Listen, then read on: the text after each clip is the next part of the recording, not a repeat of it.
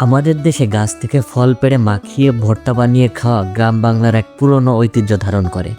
এই ফলগুলোকে মাখিয়ে খাওয়াটা যেন ছোটখাটো এক উৎসবের আমেজ তৈরি করে।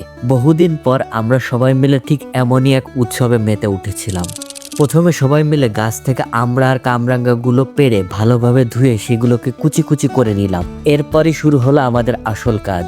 ধনেপাতা, লবণ, কাঁচা সরিষা আর আগুনে পোড়ানো টাটকা মরিচ সবকিছু শিলের পাটায় বেটে তৈরি হলো এক ঝাঁঝালো মশলার সংমিশ্রণ। এরপর আগে থেকে রাখা তেঁতুলের মিশ্রণের সাথে এই মশলা, আমড়া আর কামরাঙ্গাগুলো ভালোভাবে মিশিয়ে নিলেই ব্যাস তৈরি হয়ে গেল মজাদার এই আইটেম। এই ভর্তাকে এলাকা ভেদে বিভিন্ন নামে ডাকা হয়, কিন্তু আমাদের এলাকায় কামরাঙ্গা বা আমড়া মাখা হিসেবে পরিচিত। আমাদের এই ভর্তাটা এতটাই ঝাঁঝালো আর ঝাল হয়েছিল যে সবাই খাওয়ার পর তাদের চোখ দিয়ে রীতিমতো কান্নাকাটি অবস্থা। তবে এত কিছুর ভিড়ে সবাই মিলে এই ভর্তা মাখিয়ে খাওয়ার যে আনন্দটা, সেটা কয়েক মিনিটের জন্য শৈশবের গল্পগুলোকে মনে করিয়ে দিচ্ছিল।